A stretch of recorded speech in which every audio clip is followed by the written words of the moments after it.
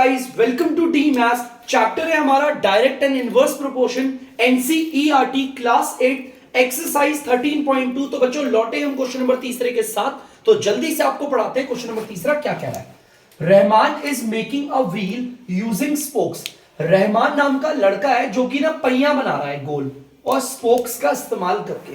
बेटा स्पोक्स का इस्तेमाल करके मतलब कि जैसे कि वो पहिया बना रहा है। लेट सपोज ये रहा पहिया, गोल सा पहिया रहमान का, आप देख सकते हो, ठीक है। गोल सा पहिया है। रहमान इस पहिए को कैसे बना रहा है? स्पोक का इस्तेमाल। स्पोक का मतलब होता है इसमें जो तिल्लियां लगती है ना ऐसे, उसे स्पोक कहते हैं बच्चों, ठीक है। He went to fix equal spokes in such a way that the angles between any pair of consecutive spokes are equal। देखो इसका मतलब क्या है। रहमान ना अब इस पहिए को बना रहा है, व्हील को बना रहा है, और वो इसके अंदर स्पोक लगा रहा है। वो कह रहा है क्वेश्चन कि वो ऐसे स्पोक को फिल करेगा कुछ इस तरीके से, इन सच अ वे कि हमारे स्पोक फिक्स करने के बाद एंगल सब में बराबर होंगे। मतलब कि जैसे मान लो 4 स्पोक्स हैं, लेट्स सपोज एक स्पोक, 2 स्पोक, 3 स्पोक और 4 स्पोक। आप साफ देख सकते हो हमारे व्हील में कितने, देखो यहां पर देखो नंबर ऑफ स्पोक दे रखे हैं, मतलब तिल्लियां कितनी है? 4। आप देख सकते हो एक स्पोक, दूसरी स्पोक, तीसरी स्पोक और चौथी स्पोक। 4 स्पोक है। जब हमारी पूरे के पूरे पहिए में 4 स्पोक है तो हमारे पहियों का, हमारे स्पोक के बीच में जो एंगल है वो कितने डिग्री का बन रहा है? देखो 90 डिग्री का, सब जगह पर 90 डिग्री का। देखो यही बताना चाह रहा हूं। जब आपकी 4 स्पोक होगी तो दो एंगल, दो हमारे कंसेक्यूटिव स्पोक। कंसेक्यूटिव का मतलब होता है लगातार। देखो इसके बाद अगर कोई स्पोक आएगी तो ये आएगी या तो फिर ये आएगी। देखो ये दोनों लगातार है या तो ये दोनों लगातार है, ये दोनों लगातार है। कंसेक्यूटिव का मतलब होता है लगातार। लगातार आप स्पोक के बीच में एंगल देखोगे तो 90 डिग्री दिख जाएगा आपको, ठीक है। अब देखना यहां पर क्या बोल रहा है। वो कह रहा है अगर मैं स्पोक को बढ़ाकर 6 कर दूं, पहले तो 4 था, अब स्पोक को बढ़ाकर 6 करने की कह रहा है। देखते हैं, स्पोक को बढ़ाकर 6 कर देते हैं। लो बच्चों देखो ये व्हील है, अब वो स्पोक 6 कह रहा है, मतलब 6 इन द सेंस ऐसे 1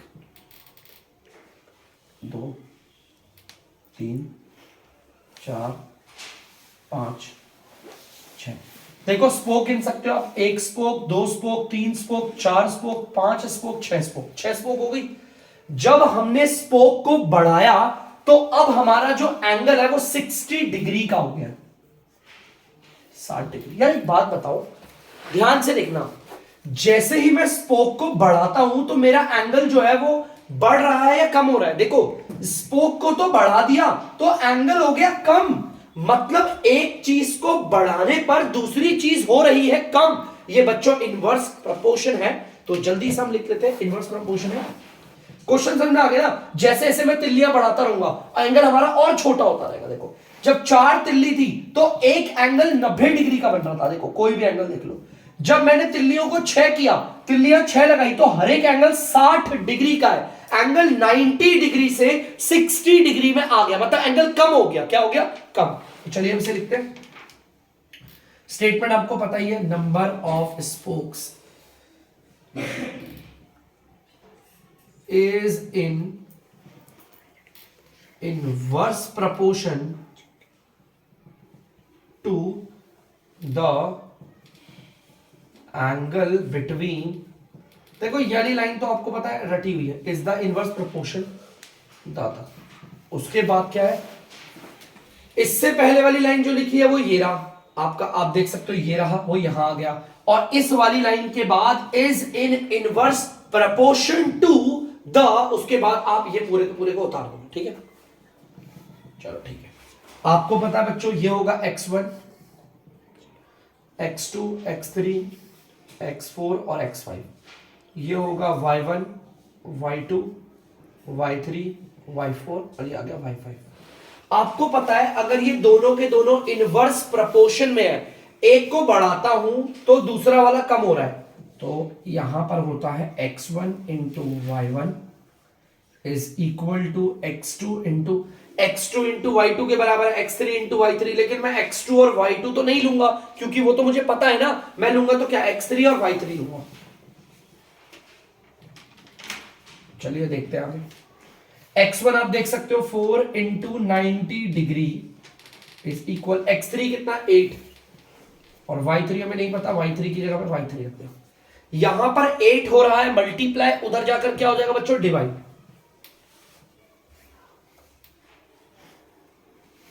डिवाइड का मतलब होता है बच्चों नीचे आ जाएगा, ठीक है, आगे नीचे। तो चलिए इसे सॉल्व करते हैं बच्चों, देखते हैं। देखो ये कट रहा है, 4 1 और 4 2 कट गया 4 के टेबल से। अब अगर ध्यान से देखोगे तो ये कट रहे हैं 2 के टेबल से, 2 1 और 2 45। नीचे वन की कोई वैल्यू नहीं होती, ये जो नीचे वन है उसकी कोई वैल्यू नहीं है। 45 को 1 से करोगे तो आ जाएगा 45 और ये आ गया डिग्री। इसका मतलब अगर मैं तिल्लियों को कर दूंगा 8 तो एंगल मेरा और छोटा हो जाएगा, कितना हो जाएगा, 45 डिग्री का हो जाएगा एंगल, ठीक है। अब सेम आपको पता है, ये भी निकाल लेते हैं, यही निकल जाएगा बच्चों, देखो ध्यान से। आप देख सकते हो ये इनवर्स प्रोपोर्शन में है, तो x1 इंटू में y1 किसके बराबर भी हो सकता है, x4 इंटू में y4 के भी बराबर होगा। वैल्यूज को पुट करना है x1 और y1 की, 4 इंटू में 90 डिग्री, x4 आपका 10 है, मल्टीप्लाई बाय y4 की जगह y4 आ गया। यहां पर ये पार्ट इधर मल्टीप्लाई हो रहा है, उधर जाकर हो जाएगा डिवाइड।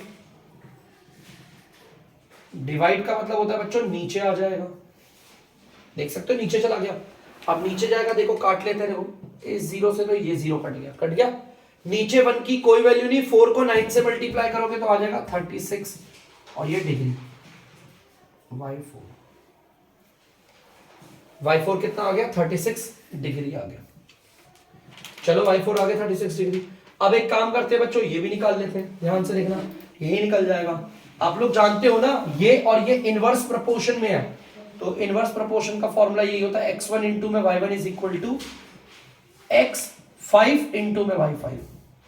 वैल्यूज को पुट कर देते हैं बच्चों, x5 आपका 12 हो गया, y5 आपको नहीं पता, ये हो गया। ये वाला पार्ट इधर मल्टीप्लाई और था, इधर आके हो गया डिवाइड। अब अगर आप ध्यान से देखोगे तो ये 4 के टेबल से कट रहा है, 1 बारी में और ये 3 बारी में कट गया। और अब देखोगे तो ये दोनों 3 के टेबल से कट रहे हैं, ये 3 के टेबल से 1 बारी पे और ये 30 बारी में। बच्चों नीचे 1 की कोई वैल्यू नहीं, 30 को 1 से अगर मल्टीप्लाई करोगे तो आएगा 30, और देख सकते हो डिग्री बचा है, लगा दिया डिग्री, आ गया y5 तो आ गया 30 डिग्री। तो जैसा क्वेश्चन ने बोला था help him by completing the following table, तो मैंने उसकी मदद कर दी इस टेबल को कंप्लीट करने में, ठीक है।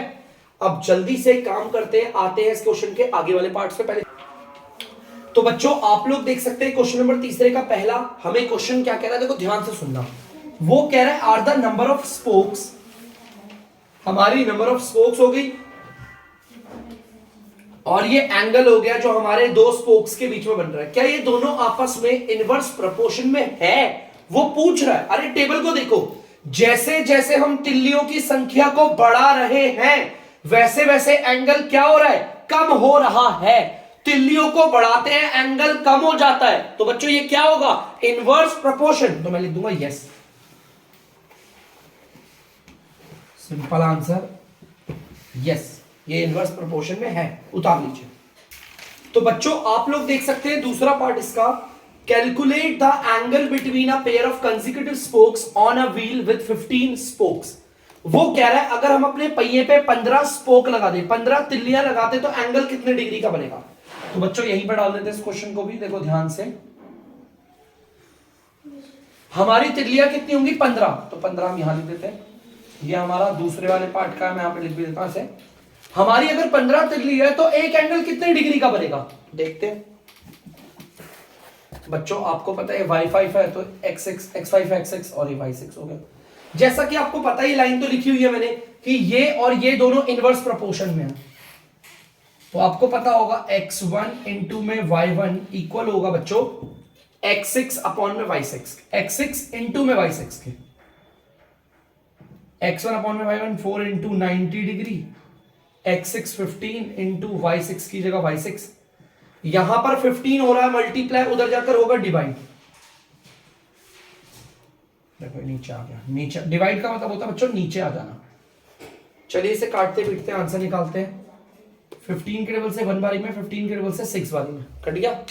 नीचे 1 की कोई वैल्यू नहीं होती। देखते हैं बच्चों, 6 और 4 को मल्टीप्लाई करेंगे 24 और ये आ गया डिग्री।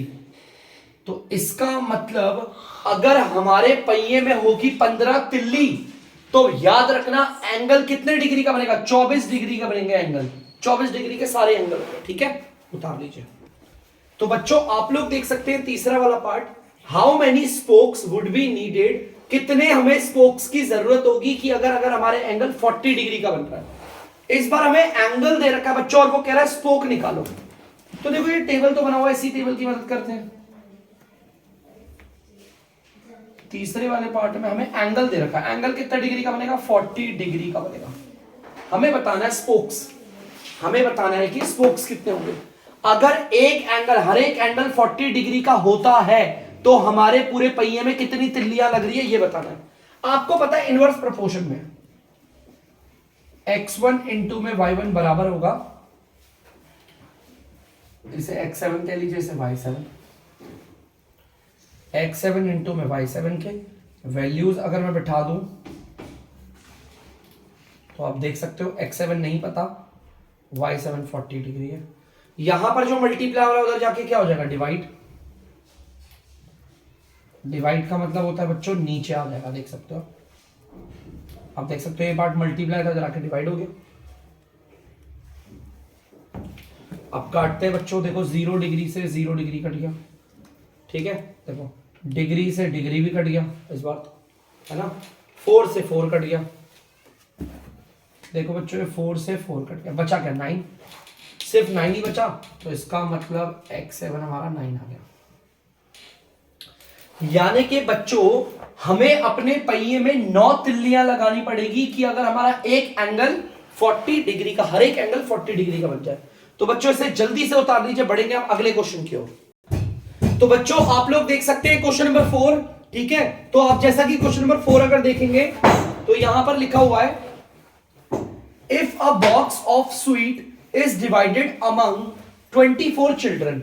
बेटा एक ना मिठाई का डब्बा है, हम उस मिठाई के डब्बे को बांट रहे हैं 24 बच्चों में, मतलब एक मिठाई का डब्बा और 24 बच्चे हैं, उन सबको मिठाइयां बांट रहे हैं। They will get 5 sweets each. Full stop तक पढ़ना, मैंने बताया था ना फुल स्टॉप तक पढ़ना, पूरी स्टेटमेंट को पढ़ो फुल स्टॉप तक। वो कह रहा है हमारा एक मिठाई का डब्बा है, हमने 24 बच्चों को बांटना है और हर एक बच्चे के उसमें कितनी मिठाई आएंगी, 5 मिठाई आएंगी। 24 बच्चे हैं, एक को 5 मिठाई, फिर दूसरे को 5 मिठाई, तीसरे को 5, ऐसे करते करते। बच्चों ध्यान से सुनना, मैं आपको सिंपल बोल रहा हूं, आपको पहले पूरा सेंटेंस पढ़ना है फुल स्टॉप तक और नंबरों को कर लेना सर्कल। अब बनाना है टेबल, बहुत ही आसान है बच्चों।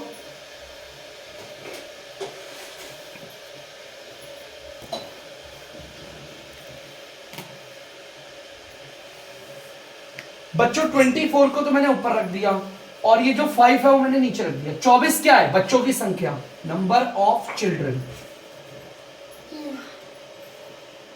और 5 क्या है, sweets, number of sweets for each, एक बच्चे की मिठाई। ठीक है बच्चों ध्यान से सुनना, हमारे बच्चे 24 हैं और जब मैं मिठाई बांट रहा हूं तो एक बच्चे के हिस्से में आ रही है 5 मिठाइयां। चलिए ठीक है, क्लियर है।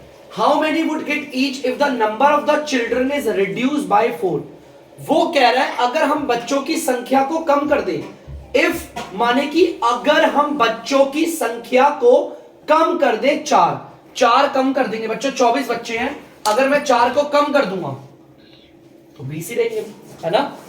वो कह रहा है बताओ कितनी मिठाई मिलेगी एक बच्चे को। चलो भाई ठीक है, जैसा कि आपको पता है ये x1 है, ये x2 है, ये y1 है, ये y2 है। एक बात बताओ, अगर बच्चे ज्यादा होंगे, ध्यान सुना, अगर बच्चों की संख्या मैं बढ़ा दूंगा, एकदम बहुत बढ़ा दूंगा, तो यार उनको जो मिठाई मिलेगी वो कम हो जाएगी ना एक को।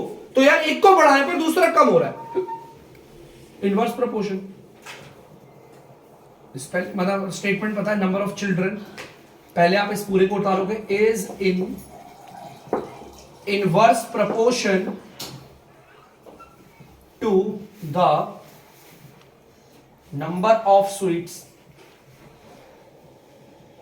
For each. ये दोनों इनवर्स प्रोपोर्शन में है। अगर बच्चों की संख्या को बढ़ाऊंगा तो एक बच्चे को मिलने वाली जो मिठाई होगी वो क्या हो जाएगी, कम। ठीक है, हंसा दे यार बच्चों आप लोगों ने मुझे।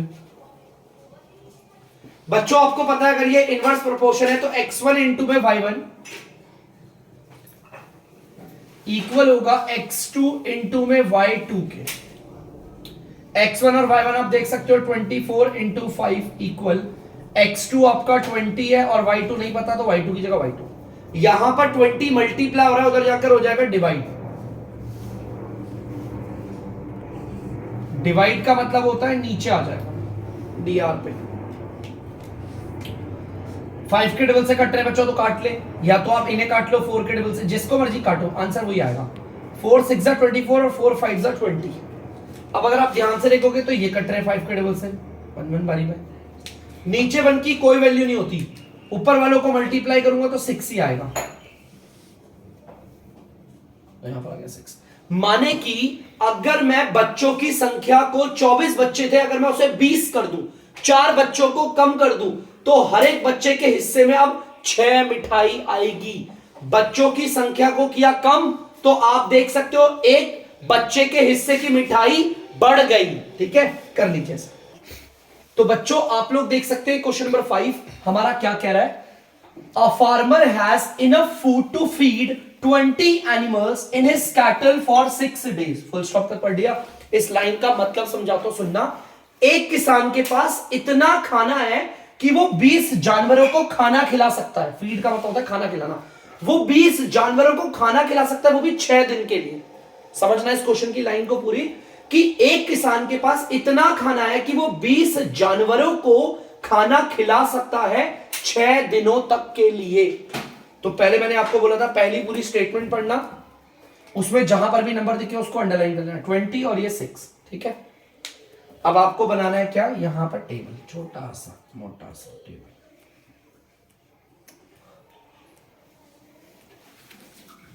एक तरफ 20 ऊपर रख दिया और एक तरफ 6 से नीचे रख दिया।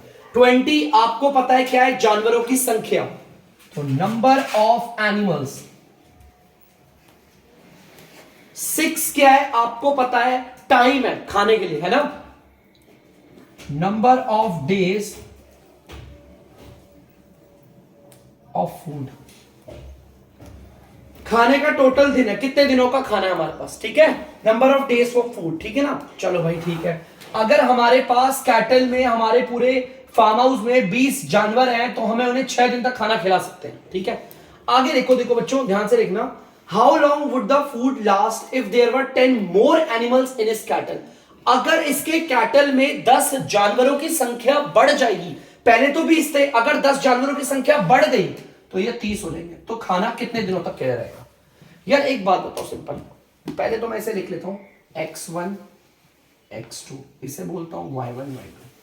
यार अगर मैं जानवरों की संख्या को बढ़ाऊंगा तो खाना बढ़ जाएगा, खाना कम दिन के लिए होगा। यार जाहिर सी बात है, अभी अगर मेरे पास 20 जानवर है तो मैं 6 दिन तक के लिए खाना खिला सकता हूं, इतना ही है मेरे पास। अब अगर मैं जानवरों को 30 कर दूंगा, बढ़ा दूंगा, तो खाना मेरे और दिन ज्यादा चलेगा, कम हो जाएगा। भाई खाना अब कम दिनों के लिए चलेगा, मतलब जैसे ही मैं जानवरों की संख्या को बढ़ा रहा हूं तो मेरा खाना ज्यादा टाइम तक नहीं चलेगा, वो कम होता जा रहा है उसका टाइम पीरियड। इनवर्स प्रोपोर्शन है। Number of animals is in inverse proportion to number of days of food, यानी लाइन बता देना। ठीक है, अब अगर ये इनवर्स प्रोपोर्शन में है तो आपको पता ही होगा बच्चों, x1 into y1 is equal to x2 into y2। x1 और y1 की वैल्यू लिख देता हूं, x2 की वैल्यू लिख दी, y2 नहीं पता तो ये y2 आ गया। यहां पर ये मल्टीप्लाई हो रहा है, उधर जाकर क्या हो जाएगा, डिवाइड।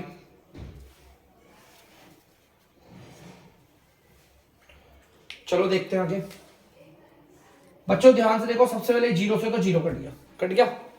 अब अगर आप ध्यान से देखोगे तो ये 3 के टेबल से 1 बारी पे और ये 3 के टेबल से 2 बारी पे। नीचे 1 की कोई वैल्यू होती है नहीं, 2 को 2 से मल्टीप्लाई करेंगे तो आएगा 4।